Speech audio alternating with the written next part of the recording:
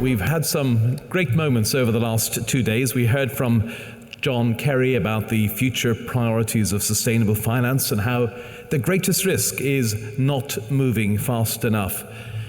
This is not going to be easy, as Secretary Kerry reminded us in the words of President Kennedy, the words that inspired an earlier generation in the 1960s. President Kennedy said, we choose to go to the moon in this decade and to do other things, not because they are easy, but because they are hard. We heard from the Business Minister how the UK is embracing the challenge of net zero by greening the economy, and we were lucky enough to be visited by the Prime Minister this morning as part of a discussion with business around sustainability. I'd like to thank all of those behind the UK's presidency of COP, as well as the Glasgow Financial Alliance for Net Zero, and our 6 sponsors, Barclays, DLA Piper, EY, Elgin, LSEG and Lloyds of London, for all their hard work and support in delivering this summit. I'd also like to mention the teams here in Mansion House, in Guildhall, and in Number 10 in the business unit at Number 10 for their support in making it happen.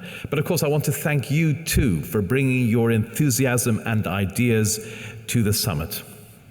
This has been a significant week in delivering net zero. I was lucky enough to take part in one element of Prince Charles's, His Royal Highness the Prince of Wales, Sustainable Markets Initiative event earlier this week.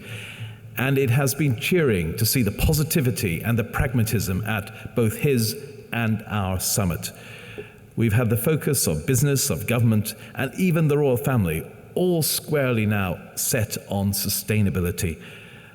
The time could not be more perfect to make a push, to push this work even further. That's why I'm so pleased to have heard what we've heard throughout the last 2 days and what we've achieved and will achieve through holding this summit. Only yesterday, the Transition Plan Task Force, TPT, launched a consultation on a sector-neutral framework for transition plans and is working with GFANZ and others to ensure alignment.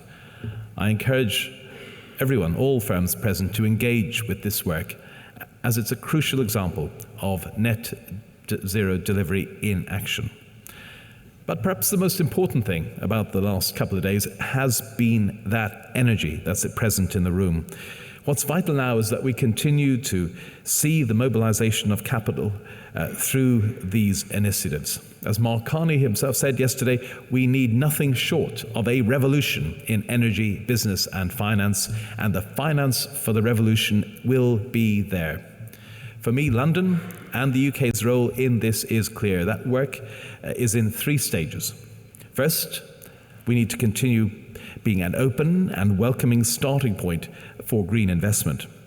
No doubt you have seen throughout your time here how we are steadily incorporating sustainability into all aspects of finance, whether that's through our work with the International Standards for Sustainability Board or through the growing number of green bonds listed on the London Stock Exchange.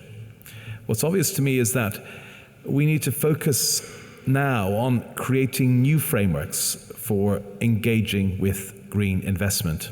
And I'm pleased to see that the Treasury has set up a new group on setting standards for green investment here in the UK. The danger is that in this race to net zero, investors could be put off or diverted with unsatisfactory products or services. So we need to make sure that the rules and regulations around green investment are not only clear, but globally coherent too, a key message from our discussions over the last day and a half. Which brings me to my second point. Once we have this framework in place, we need to develop the very best products and services available for people to invest in. And what no better place than here in the City of London to do that. You will have no doubt heard how the City of London, alongside the Green Finance Institute and many others, are supporting these sustainable investors and innovators across the country. And these partnerships are something which I am very grateful for. Our future success will be built on the back of these partnerships, not just with our UK-based institutions, but with all our global partners. Which leads me to my third and final point. What will be crucial is that transition is the way what will be crucial, which is absolutely fundamental, really, to the transition, is the way we think about this, the way we think about green finance. The nuance that President Lagarde of the European Central Bank referred to in our Green Horizons Summit at COP, where we no longer talk of the green economy or green finance, but that through our work with our international partners for a just transition, this transforms the green economy to simply the economy, and green finance simply to finance. Now, incorporating this type of responsibility in all our fundamental decisions is a core part of the work we as finance professionals will have to do in the future. I'd mention here especially our forthcoming Impact Investment Summit. Ultimately, all our investments shouldn't just aim to avoid a negative impact, but try to create a positive change as well. And that sentiment is at the heart of our international work on sustainability. Through our Climate Finance Initiative, the UK-China ESG Leaders Forum, and the Green Investment Principles of the Belt and Road, we are normalizing green finance. Whether it's the future GDP growth of an international economy or the fate of our society and civilization, it is clear to me, and I'm sure to all of you in this room, that green is the only game in town. But a green vision needs effective implementation.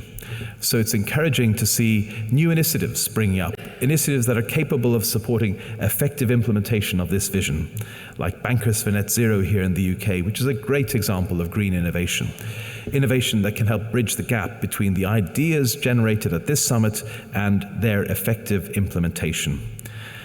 That's because that really matters. Indeed, the whole point of the summit is how we implement what we have discussed today, how we implement the work that has been inspired by those discussions. As the COP President, Alok Sharma, reminded us, trust in climate politics is incredibly fragile. So COP27, looking ahead to COP27, it will be so crucial. The first African COP, a continent that has such high hopes and great passion to deliver net zero, but needs the support and the attention of the world to make that a reality. And ladies and gentlemen, from everything I've heard over the last 2 days, I know that we can achieve our goals, but only if we can continue to show the level of friendship and frankness to each other that we've seen here over the last 2 days. We've heard from the IPCC that a decrease of 1.5 degrees centigrade is still achievable, but we need to develop the detail underpinning our high-level ambitions very quickly now, and we need to be serious about ambition and delivery.